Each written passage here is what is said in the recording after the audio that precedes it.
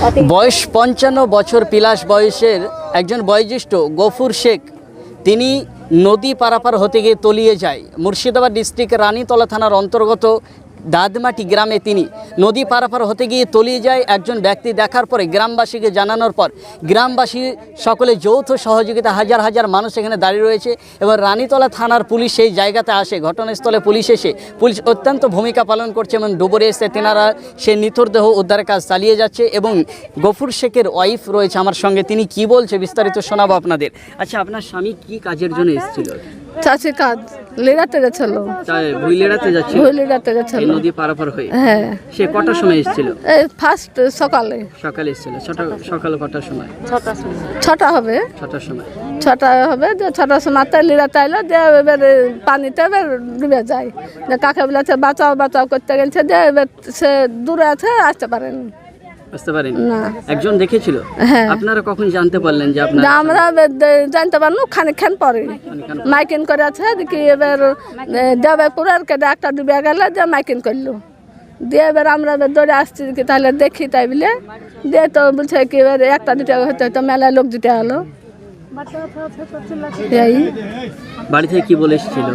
লিরাতে কেন তা বললো। হ্যাঁ, প্রতিদিনই আসতো? প্রতিদিনই আসতো, চরপাড়ার টেবলুর সম্বন্ধে আমাদের এখানকার দেখানে কেন দিয়ে বললো কি তোমাদের লিরাতে এসেছে, তোমার ভাইকে একটু ফোন করে জানাতো গো। তো বলছে কি আমাদের লিরাতে আসেনি, অন্যজনের হয়তো লিরাইছে। আসে আবার জানতে পারছি কি এখানকারই দাবাই করে। আচ্ছা, তিনি কি নৌকা হয়ে পারাপার হচ্ছিলেন না সাঁতার কেটে? সাঁতার কাটিয়ে যাচ্ছিল। আচ্ছা, এই যে একটা নদী ভরপুর পানি, সেখানে সাঁতার কেটে এই যে অসতর্কতা, এটা একটা ব্যর্থতা। কারণ নদী পারাপার হতে গেলে সেই নৌকা ব্যবহার করবে, কিন্তু সাঁতার কেটে যাওয়াটাই অসতর্কতা। কি বলবেন?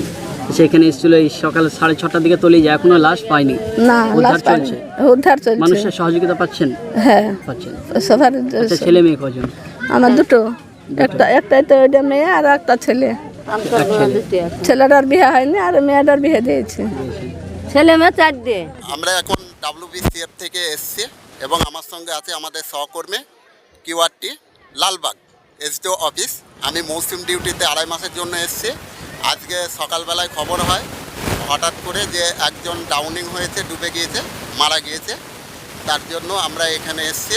ওনাকে যতটা পারবো আমরা যেভাবেই হোক ডুবুরি নামিয়ে আমরা ওনাকে উদ্ধার করার চেষ্টা করব, মৃতদেহ।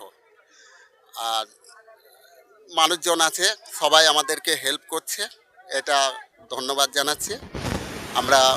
আমার হেড অফিস হচ্ছে Howrah, West Bengal civil emergency force, এবং আমার সঙ্গে আছে মুর্শিদাবাদের লালবাগের। যে গফুর শেখ তিনার ওয়াইফ বলছে সকালে তিনি ভুই লেড়ানো কাজে যাওয়ার জন্যই, তিনি পেশাগত কৃষক ছিলেন, ভুই লেড়াতে যাচ্ছিলেন। এবং এই যে ভরপুর নদী আপনারা দেখুন, এই নদীতে পানি, এই নদী পারাপার হতে গেলে আমাদেরকে বোট কিংবা নৌকা হয়ে পারাপার হতে হবে। সেইখানে তিনি সাঁতার কেটে যাচ্ছিলেন, সেই সময় তলিয়ে যায় একজন ব্যক্তি, তাকে দেখে। এই সতর্কতা না থাকার কারণেই বিপদগুলো ঘটে যাচ্ছে। তাই আপনাদেরকে আমি মেসেজ এই বার্তায় দিতে চাই, আপনারা নদী পারাপার হতে গেলে অবশ্যই নৌকায় হয়ে পারাপার হবেন, সাঁতার কেটে এই ভরা নদীতে পারাপার হবেন না।